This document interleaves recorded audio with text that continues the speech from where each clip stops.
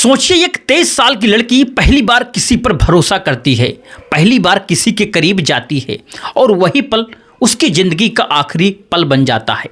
सुनने में यह कहानी किसी क्राइम थ्रिलर फिल्म जैसी लगती है, लेकिन अफसोस यह कोई फिल्म नहीं, यह आंध्र प्रदेश के अनंतपुर जिले की एक दिल दहला देने वाली सच्ची घटना है। दोस्तों, आज की इस वीडियो में हम जानेंगे एक ऐसी घटना के बारे में जहां जानकारी की कमी और भरोसे की गलती और हवस की एक रात एक मासूम जान ले लेती है। तो आखिर क्या हुआ उस रात? कैसे एक सामान्य मुलाकात मौत में बदल गई और एक युवक ने क्या बयान दिया? चलिए शुरू करते हैं आज की यह सच्ची कहानी।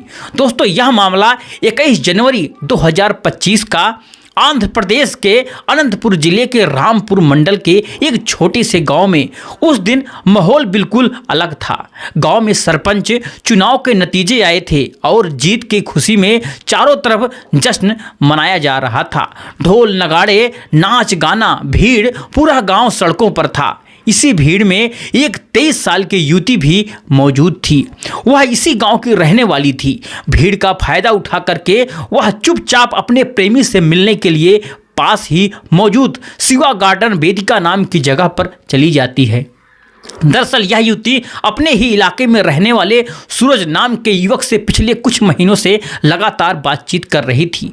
फोन कॉल, व्हाट्सएप चैट, लंबी लंबी बातें। मीडिया रिपोर्ट के मुताबिक युवती की उम्र लगभग 23 साल थी और सूरज की उम्र करीब 21 साल। उस दिन युवती को लगा कि यह सिर्फ एक साधारण मुलाकात होगी, कुछ देर बातें होंगी और फिर वह वापस जश्न में लौट आएंगे। लेकिन उसे यह नहीं पता था कि सूरज के इरादे कुछ और ही थे। शिवा गार्डन वेदिका के जिस हिस्से में दोनों पहुंचे वहां ज़्यादा भीड़ नहीं थी।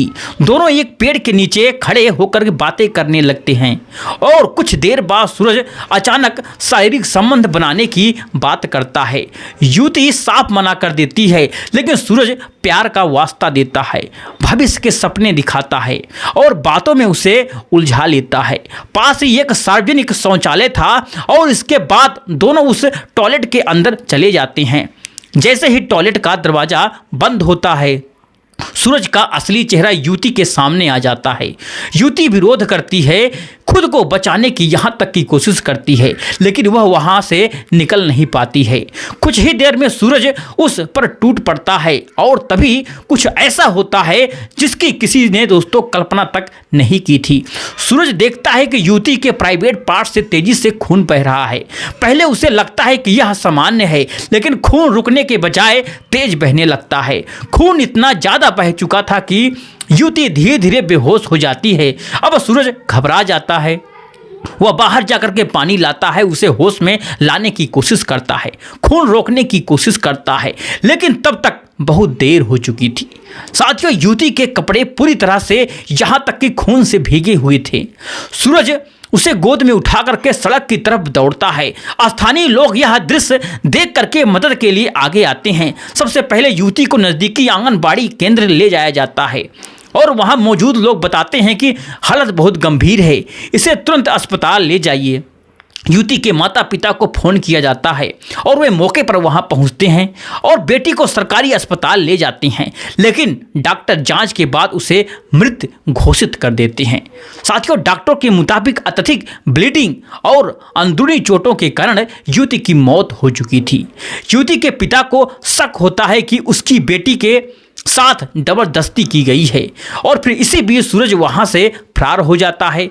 पुलिस में शिकायत दर्ज होती है, पोस्टमार्टम कराया जाता है, जांच शुरू होती है। गवाहों के बयानों के आधार पर साथियों पुलिस सूरज को गिरफ्तार कर लेती है और फिर पूछताछ में सूरज का कहना था कि दोनों सहमति से मिले थे और वही परिवार का आरोप था कि यह दुष्कर्म का मामला है। सच क्या है यह तो साथियों पुलिस जांच के बाद ही सामने आएगा, लेकिन यह कहानी हमें एक बहुत ही बड़ी यहाँ तक की सीख देती है। जानकारी की कमी और गलत भरोसा और एक गलत फैसला साथियों किसी की पूरी जिंदगी छीन सकता है।